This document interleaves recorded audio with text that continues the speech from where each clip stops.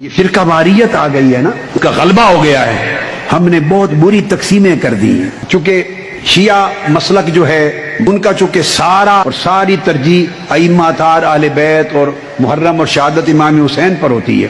بدقسمتی یہ کہ فرقہ وارانہ سوچ نے کہ وہ ہم نے حسین کو شیعوں کا بنا دیا، ایسا سوچ کر ہم اپنے آپ کو ایمان سے محروم کر دیں گے۔ حسین کسی ایک طبقے کا نہیں، حسین مصطفیٰ کا ہے۔ دیکھو صحیح مسلم میں حدیث صحیح ہے، کیا مسلم میں حدیث صحیح، آقا علیہ السلام نے فرمایا انی ترکت فیکم الثقلین، میں تمہارے اندر دو بڑی وزنی چیزیں چھوڑ کے جا رہا ہوں۔ یہ بھئی ہماری کتابیں ہیں، اہل تشیع کی نہیں ہیں۔ بڑی بدقسمتی، یہ خارجیت کے اثر نے ذہن خراب کر دی ہے کہ اہل بیت کا نام لیا تو فوری اچھے بھلے لوگ اہل سنت ہیں، حسین کا نام لیا اس کو کہا یہ شیعہ ہے۔ خدا کے بندو، خدا کا خوف کرو، مرنا ہے۔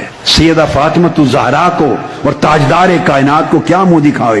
جو حضور کی اہل بیت کا نام لے وہ تشیع ہے، وہ کوئی ٹھیکیدار ہے حضور کی اہل بیت کا؟ آقا علیہ السلام نے فرمایا، حدیث سے صحیح ہے، آقا علیہ السلام نے فرمایا انی ترکت فیکم الثقلین، میں تمہارے اندر دو وزنی چیزیں چھوڑ کے جا رہا ہوں، کتاب اللہ و اطرتی اہل بیتی۔ اب کون انکار کر سکتا ہے؟ ہم چھوڑ دیں بخاری اور مسلم کو؟ پھر اگر اہل بیت اور حسین شیعوں کا ہے تو چھوڑ دیں بخاری کو اور چھوڑ دیں مسلم کو، سب کتابیں اٹھا کے پھینک دیں۔